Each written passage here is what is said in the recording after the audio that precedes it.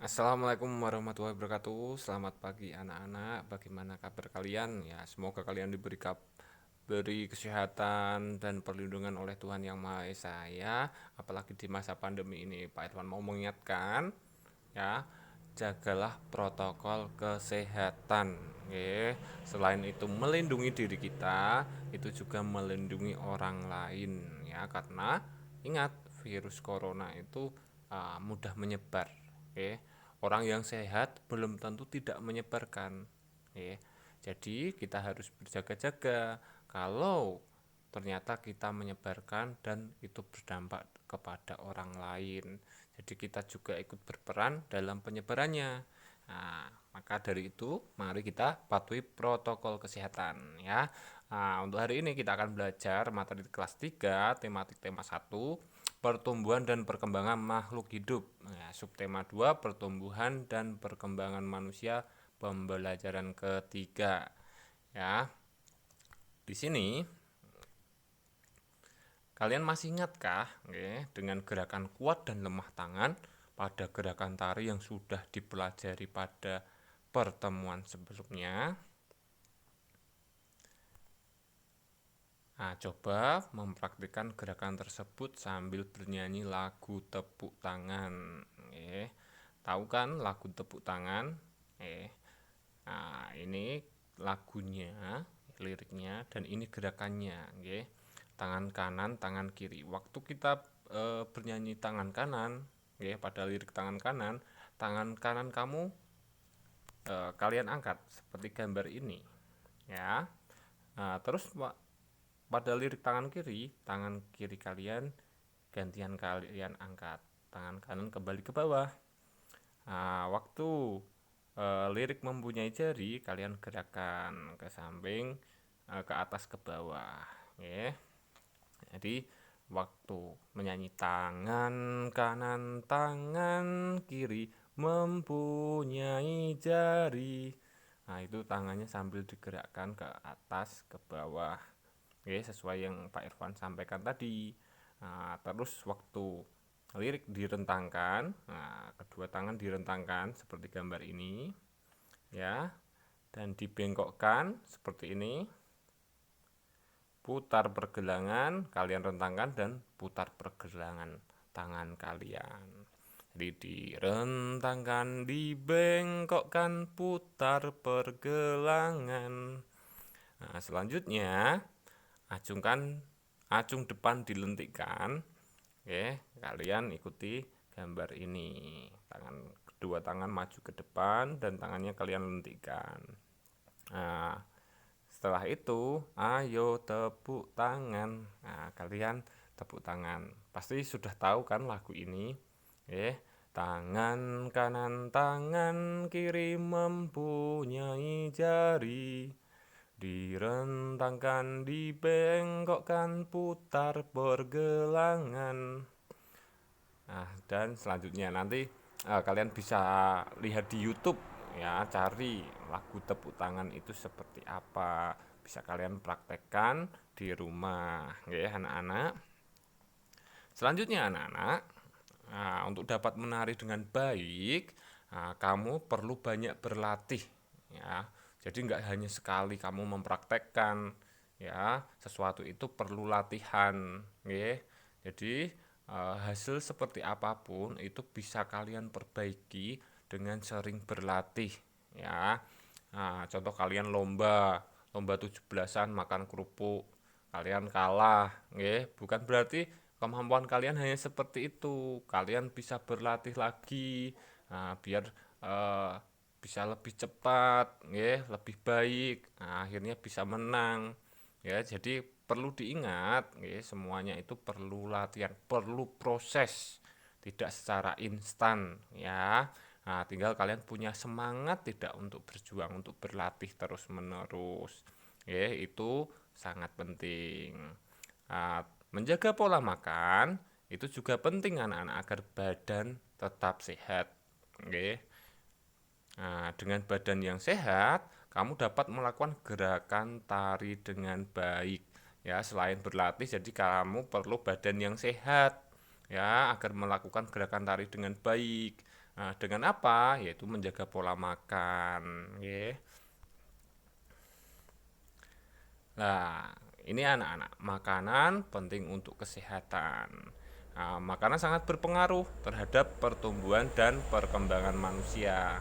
Masih ingat kan materi sebelumnya tentang apa itu pertumbuhan dan apa itu perkembangan manusia? Makanan yang penting untuk pertumbuhan dan perkembangan manusia adalah makanan yang menyehatkan dan bergizi, ya, bukan makanan yang disukai, ya, karena kebanyakan sekarang ini orang-orang itu suka makanan yang instan. Oke, padahal kebanyakan makanan instan itu banyak pengawetnya, bahan kimianya, ya. Padahal tubuh kita itu untuk menguraikannya sangat lama, nggih anak-anak. Itu tidak baik untuk kesehatan. Jadi nanti organ pencernaan kita itu akan terbebani, ya, nanti lama kelamaan akan menjadi sakit, ya, ingat itu. Jadi cari makanan yang bergizi dan menyehatkan, oke. Nah, berikut makanan yang menyehatkan dan bergizi itu apa saja? Ya, pertama, ada makanan pokok, misalnya nasi, kentang, jagung, roti, ubi, dan sagu. Ya, pada gambar ini adalah makanan pokok anak-anak. Nah, kedua ada lauk pauk. Ada daging, ikan, tahu, tempe, telur, dan cumi. Ya, kalau makanan pokok tadi mengandung karbohidrat. Lauk pauk ini mengandung protein. Nah, selanjutnya ada sayuran, seperti gambar ini, misalnya kangkung, bayam, wortel, dan buncis.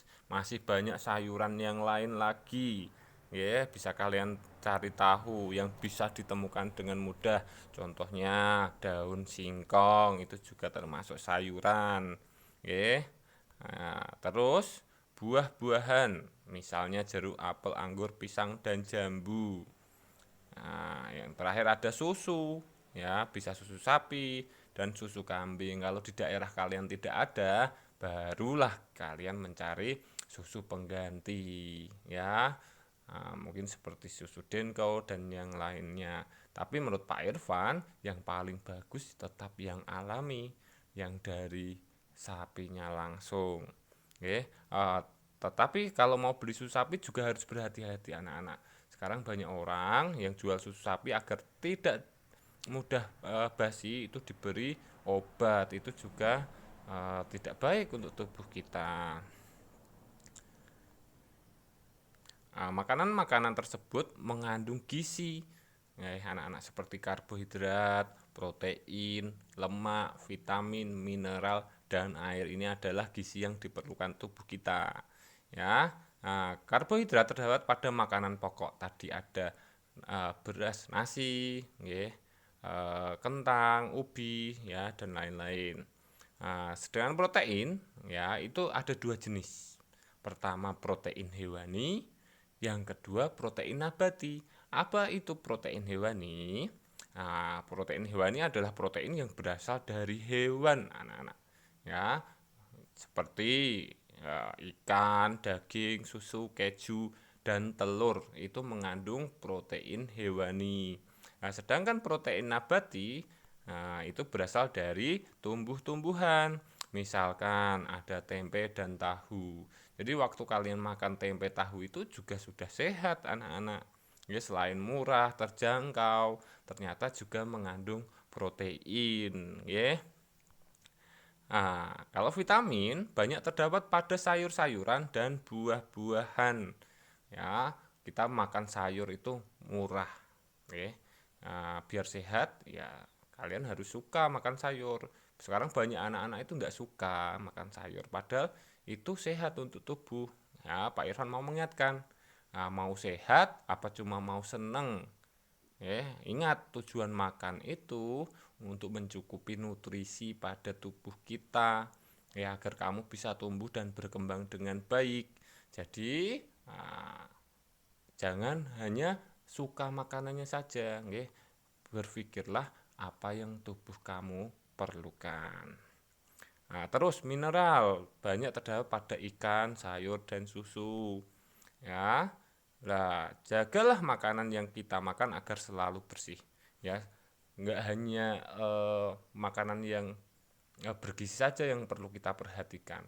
Ternyata kebersihan makanan itu juga harus kita jaga, ya, agar selalu bersih dan menyehatkan. Makanan yang bersih, menyehatkan dan bergizi akan membantu pertumbuhan dan perkembangan manusia dengan baik. Coba bayangkan, kalau makanannya sudah bagus sehat ya, mengandung 4 sehat 5 sempurna tadi, tapi dihinggapin lalat. Nah, lalat itu dia membawa bibit-bibit penyakit ya. Nah, kamu sudah mau makan makanan sehat karena makanannya kotor, nah, perutmu jadi sakit, oke, atau bisa terkena penyakit-penyakit yang lainnya. Jadi, perlu sekali kita menjaga kebersihan dari makanan-makanan yang akan kita makan. Nah, termasuk alat-alat yang kita gunakan untuk makan, contohnya tangan kalian. Oke, makanannya sudah bersih, tangan kalian kotor, ya sama saja karena itu nanti akan menempel pada makanan dan masuk ke mulut kita. Di sini anak-anak, amati gambar makanan berikut ini. Ya, tugas kalian tuh beri tanda centang pada makanan yang sebaiknya dimakan setiap hari. Ya, ingat, dimakan setiap hari. Nah, dan beri tanda silang pada makanan yang sebaiknya dimakan sesekali saja atau bahkan dihindari. Oke, cari ya. Nah, dan tuliskan pula alasan pada tempat yang tersedia. Ini gambarnya. Pertama ada buah-buahan. Nah, tadi Pak Irfan sudah menjelaskan buah-buahan itu mengandung apa saja. Coba diingat-ingat. Kalian memperhatikan penjelasan Pak Irfan apa tidak. Apakah ini dibutuhkan untuk dimakan setiap hari? Ya, tubuh kita membutuhkan eh, vitamin ya. Gambar kedua, di sini ada toples berisi permen, anak-anak. Permen itu banyak mengandung gula, ya. Kalau eh, permen yang murah, ya, enggak murah ya. Ada beberapa permen yang itu dia mengandung banyak pewarna makanan yang tidak baik untuk tubuh kita. Ya, walaupun dia hanya mengandung zat gula, kamu juga harus berhati-hati kalau permen itu berbahaya untuk tubuh kita. Yang kedua ada es krim. Yang ketiga, ya di sini ada es krim. Apakah itu eh, perlu kita makan setiap hari atau sesekali atau bahkan dihindari anak-anak? Ya, gambar selanjutnya ada coklat. Ya, gambar keempat ada coklat. Ya, dia mengandung glukosa juga, gula. Tubuh kita juga butuh ya, tapi ada batasannya, tidak boleh terlalu banyak. Ya, karena kalau terlalu banyak seperti permen tadi bisa merusak gigi kamu, Nah, terus gambar selanjutnya ada susu, ya. Susu mengandung protein, ya. Apakah perlu kita meminumnya untuk setiap hari atau sesekali saja? Nah, yang terakhir ini ada lauk pauk, ada ayam, tempe, tahu, daging, telur, ikan, ya. Coba ingat-ingat apa yang dijelaskan Pak Irfan tadi. Nah, terus ingat pilihan kalian tuh carilah alasannya kenapa itu harus dimakan setiap hari atau kenapa itu harus dihindari atau kenapa harus dimakan sesekali. Nah, buah-buahan dapat kita temukan dengan mudah di pasar atau penjual buah di sekitar kita. Kalau Pak Irfan itu di depan rumah nanam pepaya anak-anak. Jadi kalau panen tinggal makan, tidak usah beli. Itu juga termasuk penghematan, Banyak petani melakukan perkembangbiakan buatan untuk buah-buahan. Hal tersebut dilakukan agar dapat menghasilkan buah yang banyak dalam waktu singkat. Ya ingat, penduduk Indonesia itu sangat banyak. Tidak semua orang atau tidak semua daerah itu bisa ditanami buah-buahan. Ya, jadi daerah yang bisa menanam buah-buahan itu mereka akan menanam sebanyak-banyaknya untuk mencukupi ya eh, kebutuhan yang ada. Melakukan kegiatan perkembangbiakan buatan, petani bisa menghasilkan ribuan buah dalam masa panen. Ada cangkok, ada setek dan lain-lain. Itu perkembangbiakan buatan, nanti bisa kalian pelajari waktu kelas 5. Melalui kegiatan pencangkokan, sebuah perkebunan jeruk dapat menghasilkan 3.400 buah dalam sekali panen. Jadi dalam sekali panen mereka menghasilkan 3.400 buah. Nah, bayangkan anak-anak, jika suatu perkebunan dapat menghasilkan 3.400 buah dalam satu kali panen. Jadi perkebunan itu satu kali panen, ya, satu kali panen itu menghasilkan 3.400 buah. Nah, nah, berapa jumlah buah yang dihasilkan dalam dua kali panen? Kalau tadi satu kali panen itu 3.400, kalau dua kali panen itu berapa anak-anak? Jawabannya adalah ya, ya kalau sekali panen kan 3.400. Jadi kalau dua kali panen 3.400 tambah 3.400. Ini panen pertama, ini panen kedua. Oke. Nah, bagaimana? Nah, tinggal kita jumlahkan. Ingat kan penjumlahan bersusun? Oke.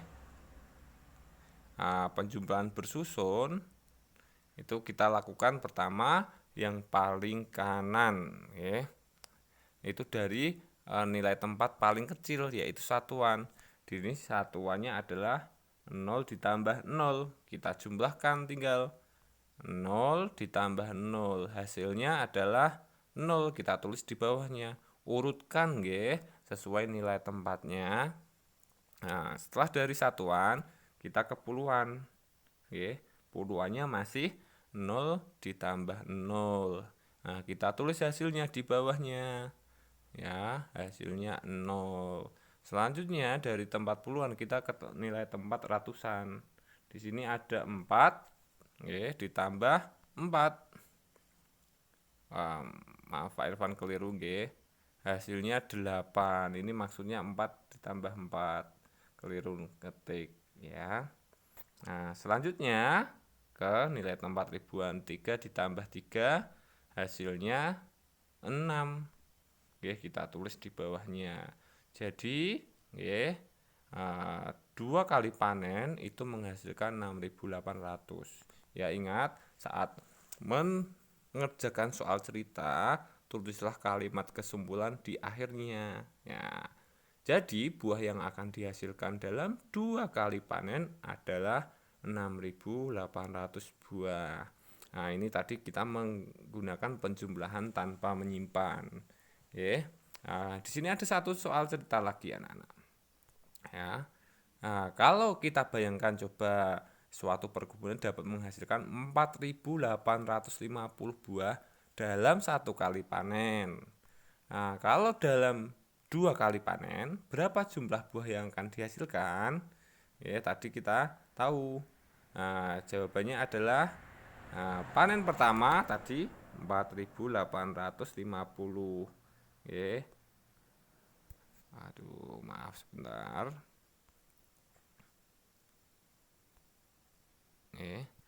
Panen kedua juga 4.850. Nah, berapa jumlahnya? Ya, tinggal kita jumlahkan. Pertama, nilai tempat satuan dahulu. 0 dengan 0. Hasilnya adalah 0. Tinggal kita tulis di bawahnya. Habis itu ke nilai tempat puluhannya 5 ditambah 5, hasilnya 10. Nah, ini menyimpan. Kalau menyimpan, ya, karena hasilnya 10, kita tulis nilai tempat yang paling kecil, nolnya, ya, di satuan. Kita tulis nolnya di bawah. Lah satunya kemana? Nah, satunya kita tulis di atas angka selanjutnya, nilai tempat selanjutnya yaitu ratusan. Nah, tinggal kita tulis 1 di atasnya. Nah, setelah itu tinggal kita jumlahkan. 1 ditambah 8 ditambah 8. Hasilnya 17. Ya, seperti yang tadi. Yang kita tulis di nilai tempat paling kecil, 7.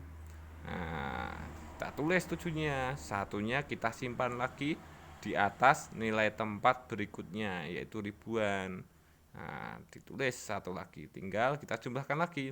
1 ditambah 4 ditambah 4 hasilnya 9. Jadi buah yang akan dihasilkan dalam 2 kali panen adalah 9.700 buah. Ini kalimat kesimpulannya. Ingat nggih, setiap soal cerita harus ada kalimat kesimpulannya. Nah, selanjutnya anak-anak ada soal ya. Nanti kalian kerjakan. Ingat, namanya soal cerita matematika, kalian harus memahami kalimatnya terlebih dahulu. Jadi kalian tahu apa yang akan kalian kerjakan nantinya. Oke. Nah, di sini pada musim panen dihasilkan 2 keranjang buah. Di sini ada 2 keranjang buah jambu. Ya. Nah, keranjang pertama berisi berapa? 1.750 buah jambu. Nah, keranjang kedua berisi 1.850 buah jambu. Nah, berapa jumlah buah jambu dalam 2 keranjang tersebut? Ingat, karena ditanyakan jumlah, jadi kalian harus menjumlahkan isi keranjang pertama dengan keranjang kedua. Silahkan kalian hitung menggunakan penjumlahan bersusun. Soal kedua. Nah, di sini Pak Komar ingin menjual buah semangka hasil panen dari perkebunannya. Ini Pak Komar itu baru panen. Nah, kebun Pak Komar menghasilkan 2 truk semangka. Jadi perkebunan itu menghasilkan 2 truk semangka. Truk pertama memuat 1.200 buah semangka. Sedangkan truk kedua memuat 1.800 buah semangka. Berapa jumlah buah semangka hasil panen Pak Komar? Tadi kan ditanyakan jumlah. Ya, tinggal kita menjumlahkan muatan truk pertama dengan muatan truk kedua. Nah, dengan cara kalian tadi, seperti yang diajarkan Pak Irfan. Ingat, soal cerita itu di akhirnya harus diberi kalimat kesimpulan.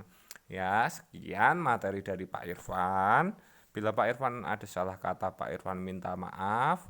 Ingat selalu untuk jaga kesehatan kalian, patuhi protokol kesehatan yang ada.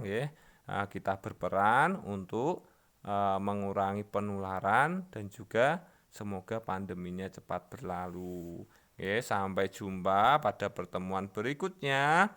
Wassalamualaikum warahmatullahi wabarakatuh.